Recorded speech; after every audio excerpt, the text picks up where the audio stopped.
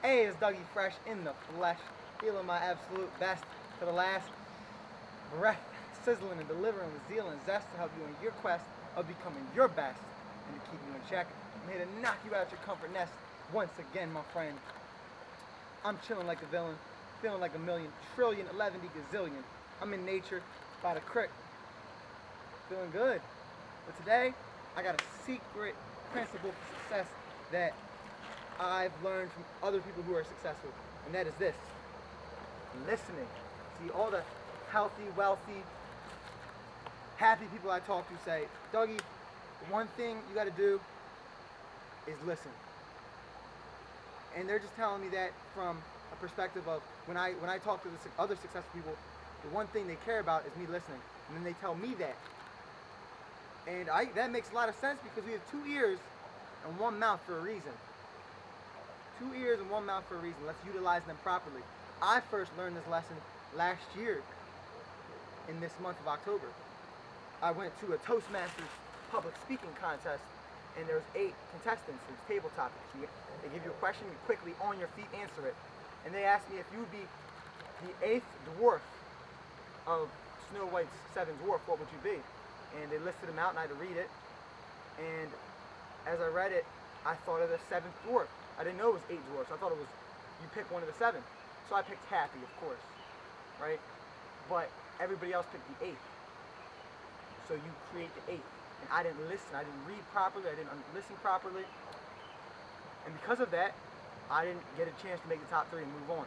But I learned from it. I learned the lesson of listening. I became more conscious and aware of listening. And I would have said something like supercalifragilisticexpialidocious, and they would have called me Soupy. But from that, I learned to value listening. And Stephen Covey, his 5th habit of 7 habits of highly effective people, talks about seek first to understand, then to be understood.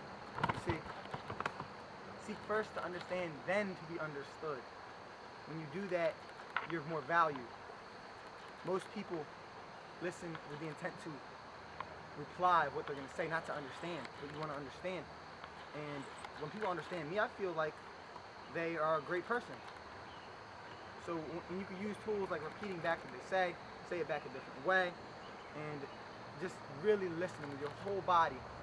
Ernest Hemingway says something like, when we listen fully and completely. Most people don't know how to listen.